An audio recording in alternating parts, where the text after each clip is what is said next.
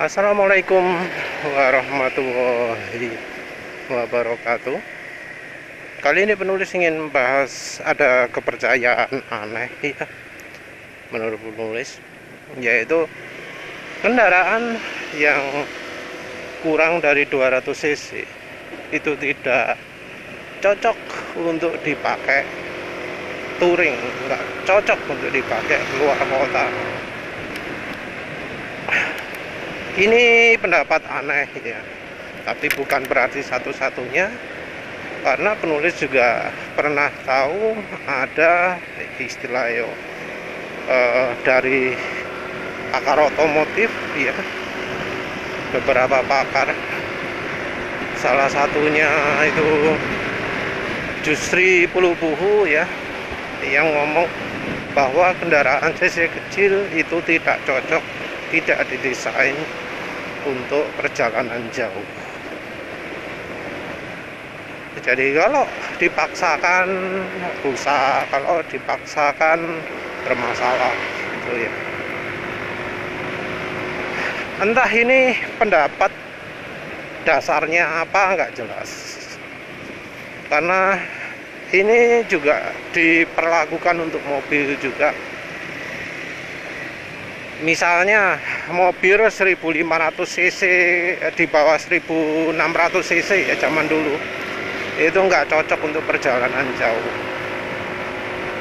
Tentu ya, orang-orang kayak gini biasanya ya pendapatnya sering berubah-berubah.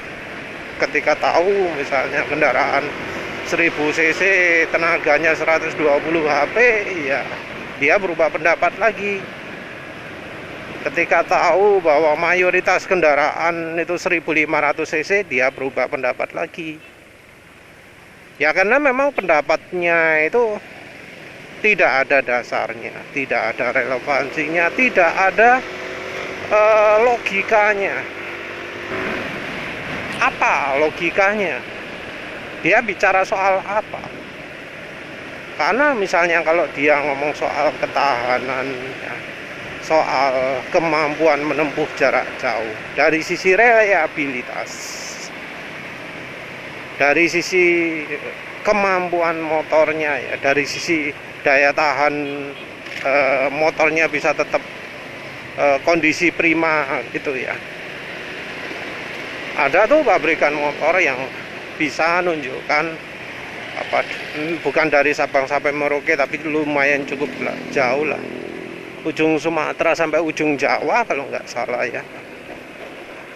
Dia juga sudah diuji di lintasan juga.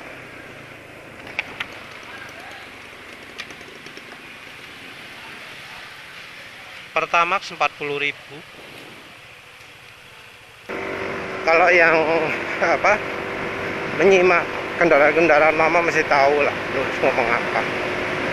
Nulis ngomong motor Suzuki. Suzuki itu dulu sering ya bikin acara-acara kendaraan jalan 24 jam, 2 kali 24 jam, 3 kali 24 jam, dari ujung ke ujung Pulau Jawa, dari Pulau Sumatera ke Bali, naik sepeda motor di ride, ada ridernya sepeda motor ya, tentu ridernya gantian ya.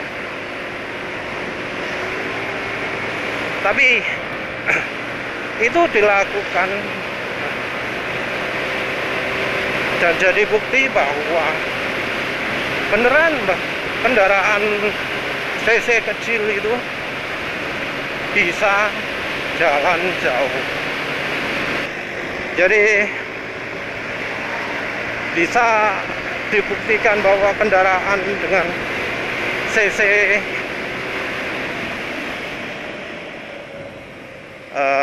ini ada kesempatan dengan PCX 160 lagi, terbuktikan ya, nggak ketinggalan. Karena memang ya waktu dulu ketinggalan itu ada masalah pada pertalite-nya. Tadi barusan ngisi Pertamax oke. Jadi entah kenapa sekarang Pertalite itu ada masalah, jadi penulis terpaksa nggak pakai Pertalite lagi. Balik lagi ke topik. Jadi dari Suzuki-nya sudah membuktikan itu juga nggak cuma motor bebek ya. Penulis ingat dulu juga ada motor Matic Next 1 itu dibegitukan. Terus motor lagi juga tentunya Satria itu ya.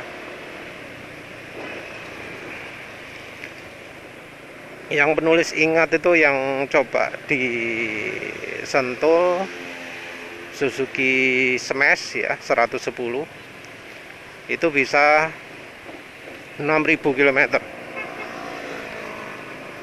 hampir 6.000 km, 5.800 kalau nggak salah ya, entahlah habis lupa. Silahkan lihat iklan nama uji ketahanannya Suzuki.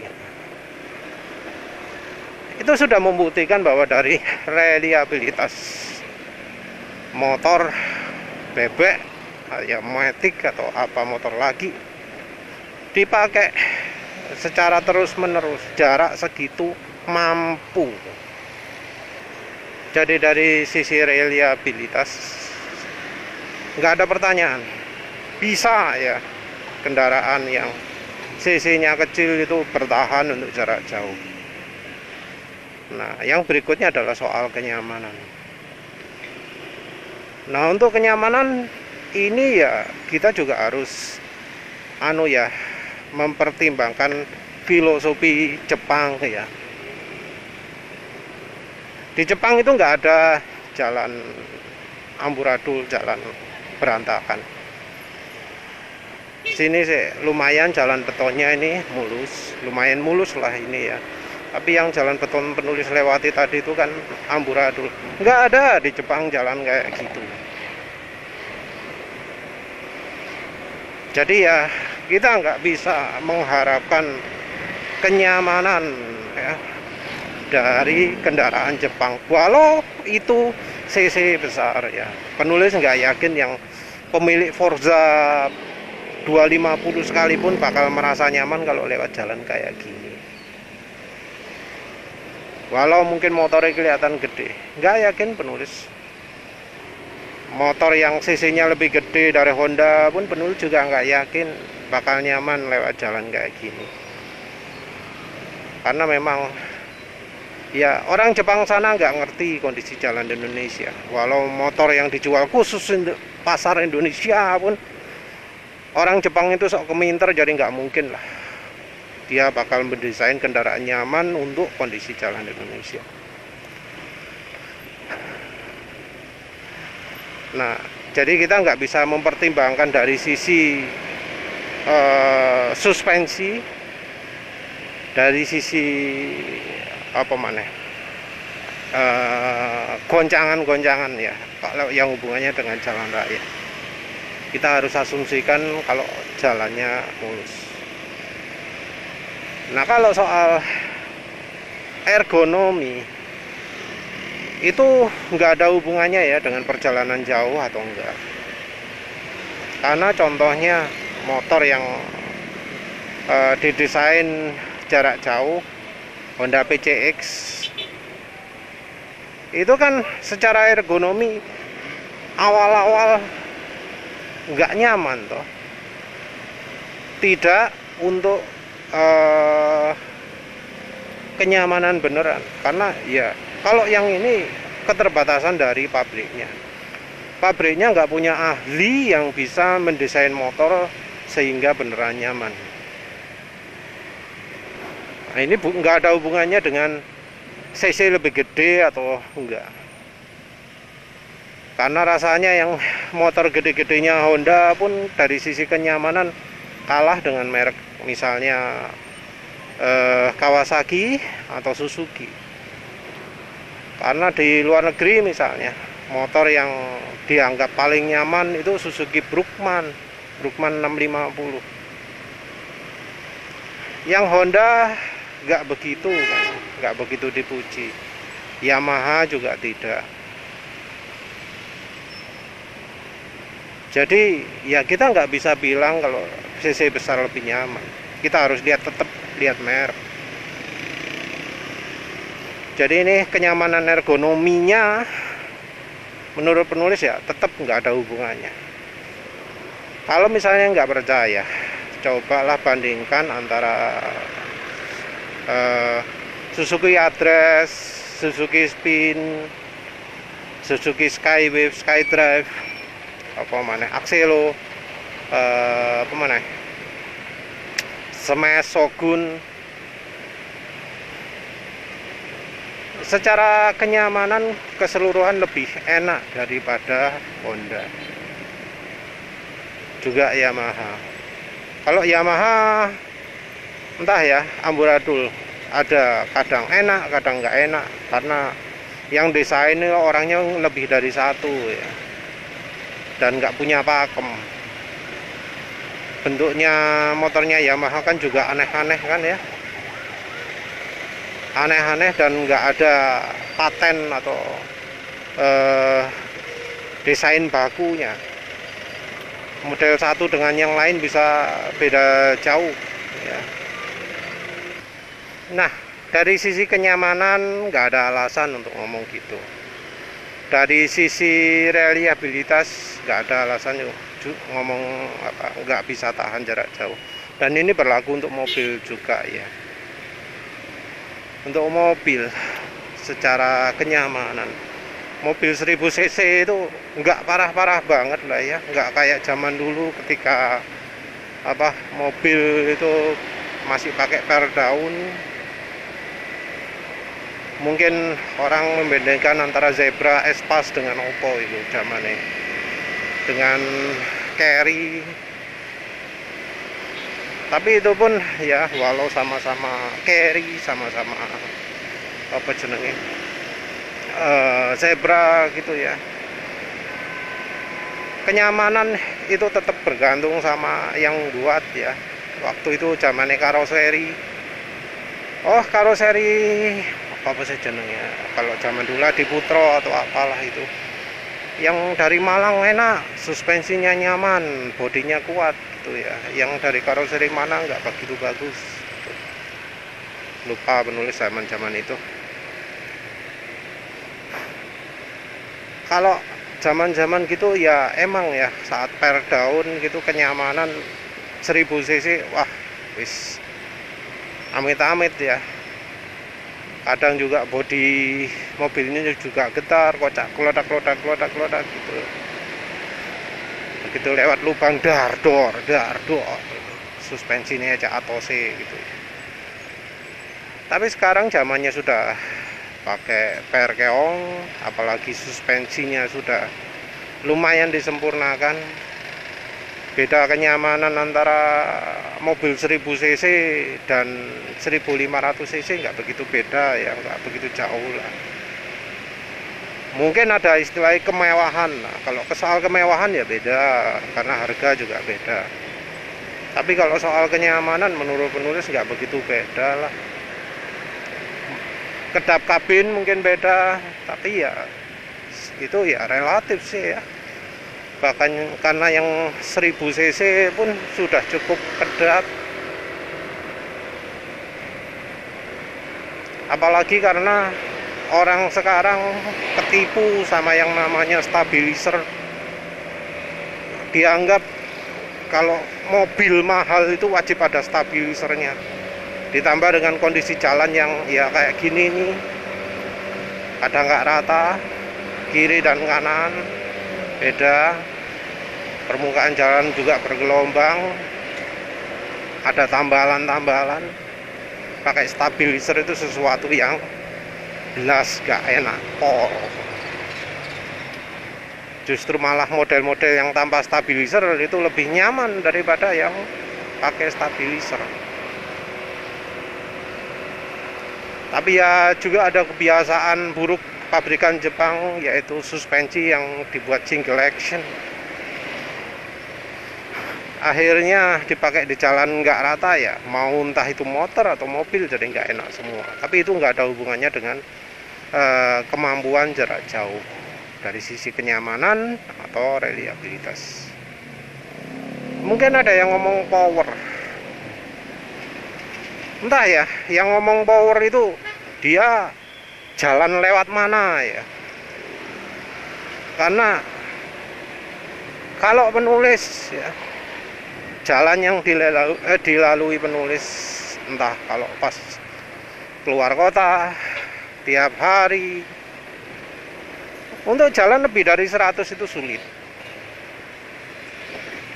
karena ya lalu lintasnya orang-orang itu kebanyakan di kecepatan 60, bahkan di jalan lempeng datar rata sekalipun.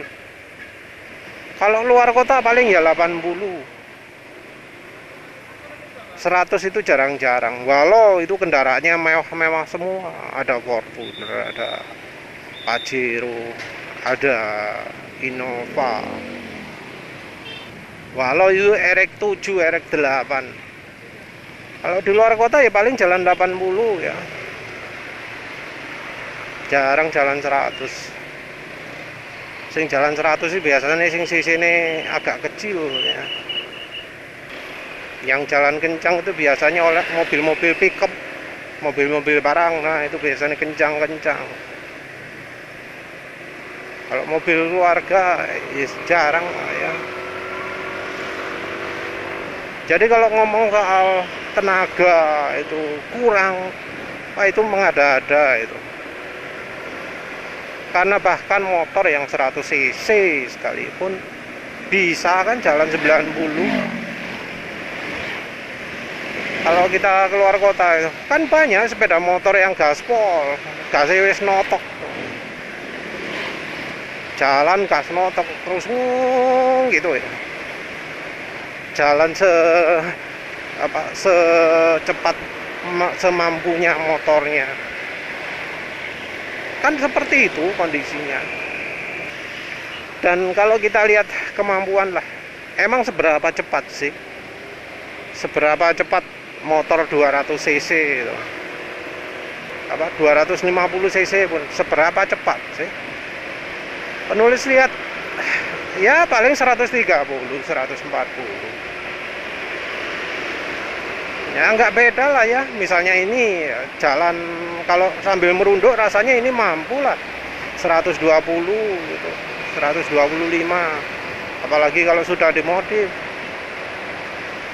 Tapi ya lagi-lagi balik lagi ke asal, luar kota jarang ada yang butuh kencang-kencang banget gitu. Kebanyakan orang jalan cuma 80 km per jam.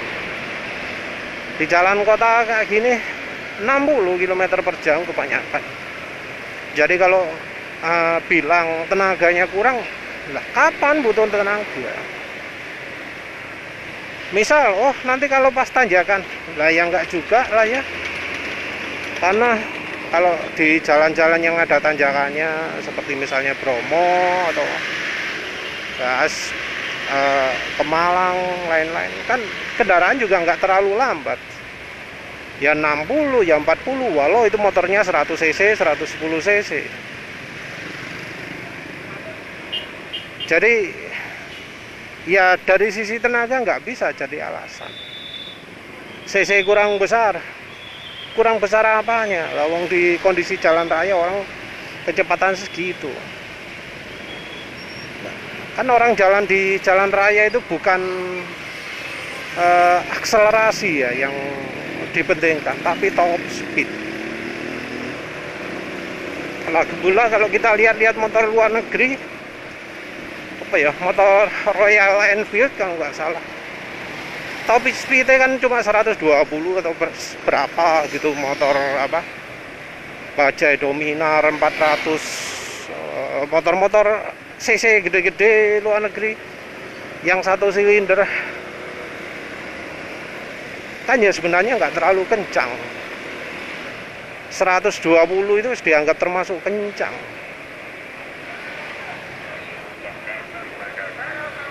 Makanya juga kan motor laki gitu yang telanjang, yang naked kan paling sama 120, 130 gitu top speednya kan.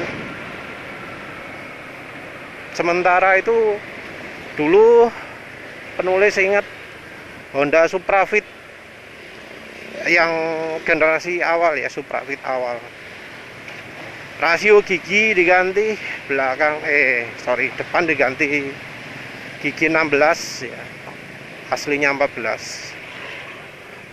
Bisa jalan 120 kalau pakai merunduk, pakai cemen itu. Mbak zaman itu wah wis menang dewe nang dalan. Orang juga kadang apa ya, terlalu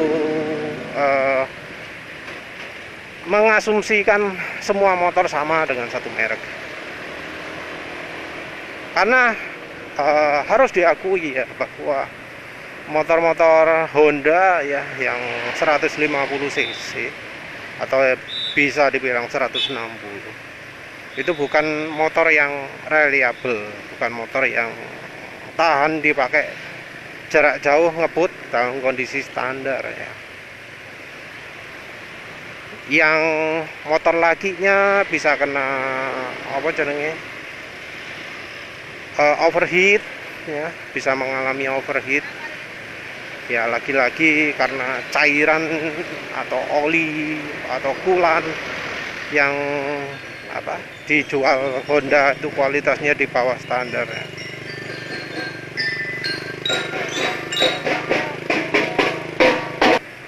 Terus untuk motor 160 cc nya entah sampai sekarang masih rembes atau enggak, tapi kayaknya kemungkinan kalau motor Honda 160 dipakai gaspol terus-terusan rembes biasanya.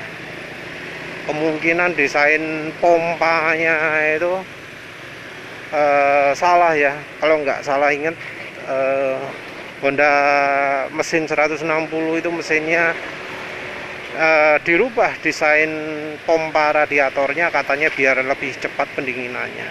Bisa jadi terlalu cepat sehingga kalau dipakai RPM tinggi jebrot atau jadi rembes ya. Karena kayaknya yang mengalami penyakit rembes itu adalah orang-orang yang seringnya ngebut ya. Mungkin cocoknya ganti pakai punya PCX 150 kali ya kalau bisa, entah bisa atau tidak. Terus ya masalah pelumasan juga, kalau pelumasnya pakai 10W30 ya wis bakal cepet ajur lah motor Honda itu, mau yang kelas cc besar atau cc kecil. Kalau yang cc besar ditambahi masalah dari kulannya juga ya, masalah pendinginan juga. Kalau yang cc kecil sumbernya terutama dari olinya. Untuk yang motor Yamaha masih agak tahan karena lebih kental sedikit, tapi ya nggak beda jauh sih, karena ya lagi-lagi dari pabrikan pakai kualitas oli paling rendah. Tapi bila olinya menggunakan oli yang layak pakai, baik itu motor yang apa rusak-rusakan PCX 160 atau Vario 150 maupun yang paling bandelnya yang Honda Beat, Honda lain-lain, bisa pasti dipakai perjalanan jauh. Cuma kalau merek Honda itu biasanya merek apa, masalah di ergonomi, misalnya ruang lutut yang kurang besar sehingga kaki bisa kram kalau misalnya untuk perjalanan jauh. Kalau yang kelas PCX duduknya terlalu tegak, terus apa kulit joknya geser-geser, bikin capek. Tapi seandainya itu semua dibenahi, nggak ada masalah lah mestinya untuk perjalanan jauh. Jadi menganggap bahwa cuma motor 200 cc ke atas yang bisa untuk perjalanan jauh itu nggak tepat ya, salah. Itu tergantung dari pabrikan nih, lihat merek apa. Emang kalau Honda di atas 200 cc motornya awet kan sama aja loh. Ya wis lah, itu aja. Jadi penulis sendiri nggak setuju kalau dibilang untuk perjalanan jauh harus motor cc tinggi. Motor cc rendah pun bisa, tergantung merek, tergantung milihnya gimana. Kalau cuma lihat model ya bakal rontok orangnya di jalan jauh. Tapi kalau orang memilihnya berdasarkan ergonomi ya beda lagi. Mau jalan 2 jam, 3 jam, 4 jam terasa nyaman pun bisa, memungkinkan. Ya penulis ngomong memungkinkan itu dengan asumsi motornya nggak dikendarai berlebih ya. Kalau misalnya sambil ngapit barang di depan gitu ya, harus bawa macam-macam ya, harus istirahat 1 jam sekali emang ya. Ya wes lah, itu aja. Terima kasih udah menonton. Assalamualaikum warahmatullahi wabarakatuh.